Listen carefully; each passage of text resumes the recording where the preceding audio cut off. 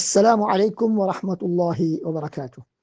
إن الحمد لله نحمده ونستعينه ونستغفره ونعوذ بالله من شرور أنفسنا ومن سيئات أعمالنا. من يهده الله فلا مضل له ومن يضلله فلا هادي له، وأشهد أن لا إله إلا الله وحده لا شريك له، وأشهد أن محمدا عبده ورسوله. أما بعد. அன்பார்ந்த இஸ்லாமிய சகோதர சகோதரிகளே, ஹஜ் பற்றிய அல் குர்ஆனிய சிந்தனைகள் தொடரின் 5வது வகுப்பிலே உங்கள் அனைவரையும் நாங்கள் சந்திப்பதில் பெரும் மகிழ்ச்சி அடைகின்றோம். இன்றைய வகுப்பிலே நாங்கள் சூரத்துல் பக்ராவில் இடம்பெறக்கூடிய ஹஜ் பற்றிய முக்கியமான சட்டதிட்டங்களை உள்ளடக்கிய வசனங்களின் ஆரம்ப வசனத்தை நாங்கள் பார்க்க இருக்கின்றோம். அந்த வசனம் 196வது வசனம் இவ்வாறு கூறுகின்றது, இது ஒரு நீண்ட வசனம். அதன் ஆரம்ப பகுதி தான் இது. அதனுடைய கருத்து என்ன? நீங்கள் ஹஜ்ஜையும் உம்ராவையும் நீங்கள் அல்லாஹுக்காக வேண்டி பூர்த்தி செய்யுங்கள் என்பதுதான் அதனுடைய கருத்து. இந்த வசனம் சுல்ஹுல் ஹுதைபியா ஹிஜ்ரி 6ஆம் வருடம் சுல்ஹுல் ஹுதைபியாவினுடைய சந்தர்ப்பத்தில் இறங்கிய வசனம். அது இறங்குவதற்கான காரணத்தை நாங்கள் பின்னால் பார்ப்போம். அந்த சந்தர்ப்பத்திலே தான் இந்த வசனம் இறங்கியது. இதனுடைய கருத்து என்ன என்பதை பற்றி அறிஞர்களுக்கு இடையிலே கருத்து வேற்றுமை இருக்கின்றது. ஒரு சாரார் இந்த வசனம் உம்ராவும் ஹஜ்ஜும் கடமை என்பதை குறிக்கின்றது என்பதாக குறிப்பிடுகிறார்கள். அதாவது உம்ராவையும் ஹஜ்ஜையும் நிறைவேற்றுவது கட்டாய கடமை என்பதைத்தான் அல்லாஹ் தஆலா ஹஜ்ஜையும் உம்ராவையும் பூர்த்தி செய்யுங்கள் என்ற வார்த்தையின் மூலமாக சொல்கின்றான் என்பதாக குறிப்பிடுகிறார்கள். இன்னொரு சாரார் அவர்கள் சொல்கின்றார்கள்,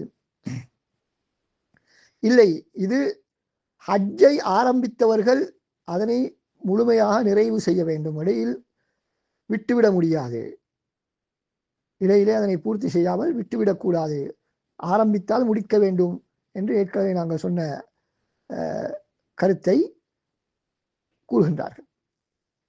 சரியான பலமான கருத்து என்னவென்று நாங்கள் பார்க்கும் பொழுது, உண்மையிலே ஹஜ்ஜுடைய கடமையை பற்றி உம்ராவுடைய கடமையை பற்றி இந்த வசனம் பேசவில்லை. ஏனென்றால் எங்களுக்கு தெரியும், ஹஜ் கடமை ஹிஜ்ரி 9 அல்லது 10ஆம் ஆண்டு கடமையாக்கப்பட்டது என்பதுதான் அறிஞருடைய ஏற்றுக்கொள்ளப்பட்ட கருத்து.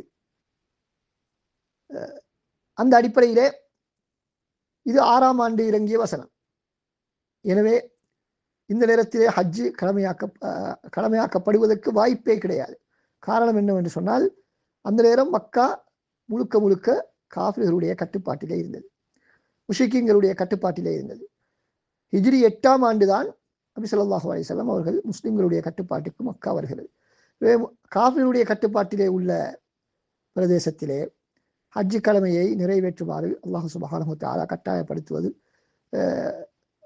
கட்டாயப்படுத்துவதற்கு வாய்ப்பில்லை என்ற அடிப்படையில்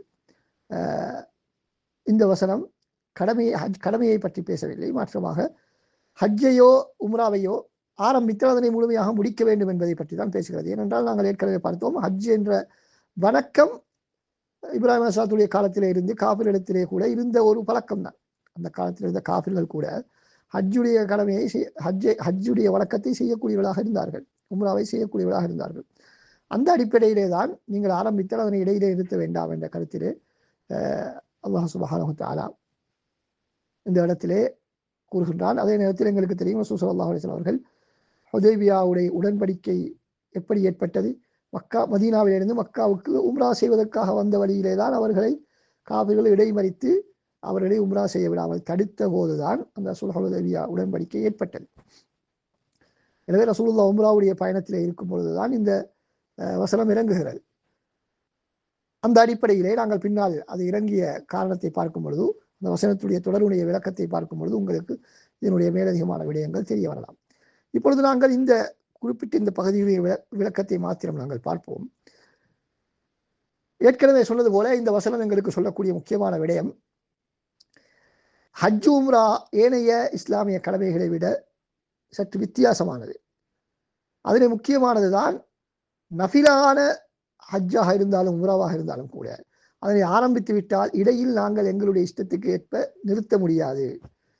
சுன்னத்தான நோன்பை எங்களுக்கு விரும்பினால் விடலாம், இடையிலே சுன்னத்தான தொழுகை இடையிலே நாங்கள் விட்டு விட்டு செல்லலாம். இப்படி சுன்னத்தான விடயங்களை நாங்கள் செய்யும் போது இடையிலே அதிலே இருந்து நாங்கள் வெளிவரலாம். ஆனால் ஹஜ்ஜு உம்ராவை பொறுத்தவரையிலே முடியாது என்பதுதான் இந்த வசனத்துடைய ஒரு முக்கியமான ஒரு கருத்து. ஆரம்பித்தால் முடித்து விட்டுத்தான் விட வேண்டும். அப்படி இடையிலே விடுவதாக இருந்தால் அதற்குரிய சட்டங்கள் பின்னால் இன்ஷா அல்லாஹ் வரும். அடுத்ததாக அதிம்மு என்பதற்கு இன்னொரு கருத்து என்னவென்று சொன்னால், ஹஜ்ஜையும் உம்ராவையும் நீங்கள் சிறப்பாக முழுமையாக எந்தவித குறையுமின்றி பரிபூரணமாக செய்யுங்கள். ஒன்று ஆரம்பித்தால் இடையில விட்டுவிடக்கூடாது என்பது ஒரு கருத்து. இன்னொரு கருத்து அதிம்மு அத்தம்ம என்று சொன்னால் முழுமையாக செய்து முடித்தல், சிறப்பாக செய்து முடித்தல் என்ற கருத்தையும் அந்த இடத்திலே நாங்கள் கொடுக்க முடியும். இது நாங்கள் குறிப்பாக ஹஜ் உம்ராவுக்கு செல்லக்கூடியவர்கள் மிகவும் முக்கியமாக கவனிக்க வேண்டிய ஒரு விடயம். முக்கியமாக கவனிக்க வேண்டிய ஒரு விடயம்.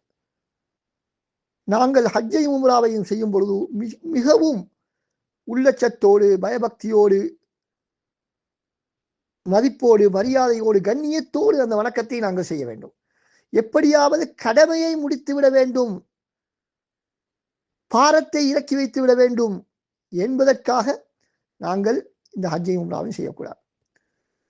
சிலர் சகோதரர்களை நாங்கள் பார்ப்போம், அவர்கள் மிகச் சிரமப்பட்டு மக்காவுக்கு வந்து சேருவார்கள். நீண்ட பயணத்துக்கு பின்னால் வந்து சேர்ந்தால் அவர்கள் மிகவும் களைப்போடு இருப்பார்கள். ஆனாலும் அவசர அவசரமாக எப்படியாவது என்ன செய்ய வேண்டும், உம்ராவையும் ஹஜ்ஜையும் முடித்து விட்டு வந்து நாங்கள் ரெஸ்ட் எடுக்க வேண்டும், ஓய்வெடுக்க வேண்டும் என்பதிலே தான் கவனம் செலுத்துவார்களே தவிர, நான் நன்கு ஓய்வெடுத்து விட்டு ஆறுதலாக அமைதியாக நேரம் எடுத்து இந்த உம்ராவையும் ஹஜ்ஜையும் செய்ய வேண்டும் என்று பலர் நினைப்பதில்லை. எப்படியாவது அந்த பாரத்தை, அதாவது இவர்களுக்கு அதிகமானவர்களுக்கு இந்த இஹ்ராமுடைய ஆடையோடு இருப்பது என்பது சிரமமான ஒரு விடயமாக மாறிவிட்டது. எப்படியாவது அவசரமாக இந்த இஹ்ராமுடைய ஆடையிலே இருந்து வெளியே வந்து சாதாரண ஆடையை அணிந்து கொண்டு ஏனைய அன்றாட நடவடிக்கைகளில் நாங்கள் ஈடுபட வேண்டும் என்று சிலர் நினைக்கிறார்கள், அல்லது பலர் நினைக்கிறார்கள். எவ்வளவு பெரிய ஒரு கைசேதமான, ஒரு கவலைக்கிடமான ஒரு செய்தி என்று சிந்தித்து பாருங்கள். இவ்வளவு லட்சக்கணக்கான ரூபாய்களை செலவழித்து, பல மணி நேரங்களை செலவழித்து, அதற்காக முயற்சி எடுத்து நாங்கள் சிரமப்பட்டு வந்து சேருகிறோம். எதற்காக? உம்ராவையும் ஹஜ்ஜையும் செய்வதற்காக. ஆனால் இங்கு வந்து நாங்கள் என்ன செய்கிறோம், உம்ராவையும் ஹஜ்ஜையும் எப்படியோ ஏனோ தானோ என்று எப்படியாவது அவசரமாக முடித்துவிட்டு வந்து ஓய்வெடுப்பதிலே கவனம் செலுத்துகிறோம் என்று சொன்னால் வந்த நோக்கத்துக்கே மாற்றமாக உள்ளவா நாங்கள் செயற்படுகிறோம். எனவே நாங்கள் யாரும் அவசரப்பட வேண்டியதில்லை. ஹஜ் உம்ராவுக்கு வழிநடத்தி வரக்கூடிய வெளிநாடுகளிலிருந்து, நமது நாடுகளிலிருந்து வரக்கூடியவர்களும் ஹாஜிமார்களை அவசரப்படுத்தக்கூடாது. அவசரமாக நாங்கள் உம்ராவை முடித்து விட வேண்டும் அல்லது ஹஜ்ஜை முடித்து அவசரமாக முடித்து விட வேண்டும் என்பதிலே கவனம் செலுத்தாமல் ஆறுதலாக அமைதியாக எவ்வளவு நேரம் எடுக்க முடியும் அதிகமாக அவ்வளவு நேரம் அதிகமாக எடுத்து நாங்கள் செய்வதுதான் சிறந்தது. எத்தனையோ துவாக்கள் நாங்கள் கேட்க வேண்டும், அல்லாஹ்வுடைய அந்த அத்தாட்சிகளை நாங்கள் சிந்திக்க வேண்டும். இப்படி பல சிந்தனையோடு, ஆன்மீக உணர்வுகளோடு, தக்குவாவோடு, பயபக்தியோடு, உள்ளச்சத்தோடு பல விடயங்களையும் சிந்தித்துக் கொண்டுதான் நாங்கள் அழகான முறையிலே நேரம் எடுத்து நாங்கள் இந்த கடமையை, வணக்கத்தை செய்ய வேண்டும். அவசரமாக எப்படியாவது செய்வதற்கு செல்லக்கூடாது. எனவே யாருக்காவது பயணக்கலைப்புகள் இருந்தால், இப்போ குறிப்பிட்ட அந்த நேரத்திலே சென்றால் எங்களுக்கு உம்ராவையோ அல்லது ஹஜ்ஜையோ சரியான முறையிலே ஹஜ்ஜுடைய கடமைகளையோ செய்து கொள்ள முடியாது என்று எங்களுக்கு தெரிய வந்தால், நாங்கள் எந்த நேரத்திலே சென்றால் எங்களுக்கு வசதியாக அழகான முறையிலே ஆறுதலாக நேரம் எடுத்து இந்த கடமையை, வணக்கத்தை செய்ய முடியுமோ அப்படியாகத்தான் அந்த வணக்கத்தை நாங்கள் செய்ய வேண்டும் என்பது மிக மிக முக்கியமான ஒரு விடயம். ஹாஜிமார்கள், உம்ராவுக்கு செல்லக்கூடியவர்கள் இதனை மிகவும் கவனத்திலே கொள்ள வேண்டும். நாங்கள் எவ்வளவு நேரம் இஹ்ராமுடைய ஆடையோடு இருந்தாலும் அது பிரச்சனை கிடையாது. எவ்வளவு நேரம் நாங்கள் ஆடையோடு இருந்தாலும் அது பிரச்சனை அல்ல. முக்கியமாக அந்த வணக்கத்தை சிறப்பாக நாங்கள் செய்ய வேண்டும் என்பதுதான் முக்கியம். அடுத்ததாக அல்லாஹ் தஆலா சொல்கிறான், அத்திம்முல் ஹஜ்ஜ வல் உம்ரத லில்லாஹ், அல்லாஹ்வுக்காக வேண்டி என்று நீங்கள் நிறைவேற்றுங்கள், பூர்த்தி செய்யுங்கள். எனவே இந்த ஹஜ்ஜை உம்ராவையும் நாங்கள் செய்யும் பொழுது பேருக்கும் புகழுக்குமாக ஹாஜி என்ற பட்டத்தை எடுத்து விட வேண்டும். திரு பல முறைகள் இவர் ஹஜ் செய்திருக்கிறார் என்ற பெயரை பெற வேண்டும், ஊரிலே பதவிகளை அந்தஸ்துக்களை பெற வேண்டும் என்ற வேறு வேறு உலகாய நோக்கங்களுக்காக நாங்கள் இவற்றை செய்யக்கூடாது. அல்லாஹுக்காக வேண்டி என்று மாத்திரம் முழுமையாக இஹ்லாஸோடு நாங்கள் இந்த வணக்கத்தை செய்ய வேண்டும் என்பதை எங்களுக்கு இந்த வசனம் சொல்கிறது. எனவே இந்த இரண்டு முக்கியமான விடயங்களையும் நாங்கள் ஹாஜிமார்கள், உம்ராவுக்கு வரக்கூடியவர்கள், செல்லக்கூடியவர்கள் கவனத்தை எடுத்துக்கொள்ள வேண்டும். குறிப்பாக இன்று நடைபெறக்கூடிய முக்கியமான ஒரு தவறுதான் இந்த இஹ்லாஸை பாதிக்கக்கூடிய முகஸ்துதியை, பெருமையை எடுத்து கொண்டு வரக்கூடிய ஒரு விடயம்தான். உம்ராவுக்கு செல்லக்கூடியவர்கள், ஹஜ்ஜுக்கு சொல்லக்கூடியவர்கள் இஹ்ராமுடைய ஆடையோடு இருந்து நானும் ஹஜ்ஜு செய்ய வந்திருக்கிறேன், நானும் உம்ரா செய்ய வந்திருக்கிறேன் என்று தமது வாட்ஸ்அப் ஸ்டேட்டஸ்களிலும் ஃபேஸ்புக்குகளிலும் அந்த செய்தியை அவர்கள் பரப்புவார்கள். இது எங்களுடைய இஹ்லாஸை மிக மிக அதிகமாக பாதிக்கக்கூடிய விடயம். எவ்வளவு எங்களுக்கு மறைமுகமாக இந்த வணக்கங்களை செய்ய முடியுமோ அந்த அளவுக்கு மறைமுகமாக நாங்கள் செய்ய வேண்டும்.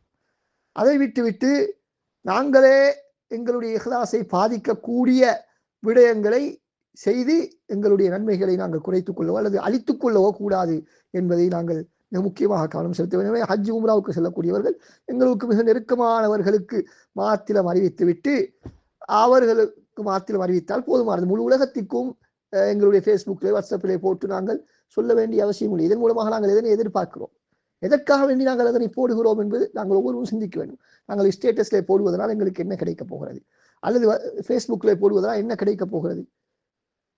எங்களுடைய இஹ்லாஸ் தான் பாதிக்கப்படும், எங்களுடைய இஹ்லாஸ் பாதிக்கப்படும். எனவே அன்பார்ந்த சகோதரர்களே, நாங்கள் உம்ரா செய்தோமா, ஹஜ்ஜி செய்தோமா என்று உலகத்துக்கு, ஊருக்கெல்லாம் காட்ட வேண்டிய எந்த விதமான அவசியமும் கிடையாது. அல்லாஹ்வுக்கும் எங்களுக்கு மாத்திரம் தெரிந்தால் போதுமானது. இந்த அளவுக்கு எங்களால் அதனை இரகசியமாக செய்ய முடியுமோ, ரகசியமாக வைத்துக் கொள்ள முடியுமோ அந்த அளவுக்கு அதனுடைய நன்மைகள் அதிகமாக இருக்கும், எங்களுடைய இஹ்லாஸ் பாதுகாக்கப்படும். எனவே வல்லவன் அல்லாஹ் சுப்ஹானஹு தஆலா எங்களுடைய இந்த ஹஜ் உம்ரா வணக்கங்களை மிக சிறப்பாக, நேரமெடுத்து ஆறுதலாக, முழுமையாக செய்வதற்கும், அதனை அல்லாஹ்வுக்காக வேண்டி செய்து எங்களுடைய இஹ்லாஸை பாதுகாத்துக் கொள்வதற்கும் அருள் புரிவாராக. அஸ்ஸலாமு அலைக்கும் வரஹ்மத்துல்லாஹி வபரகாத்துஹு.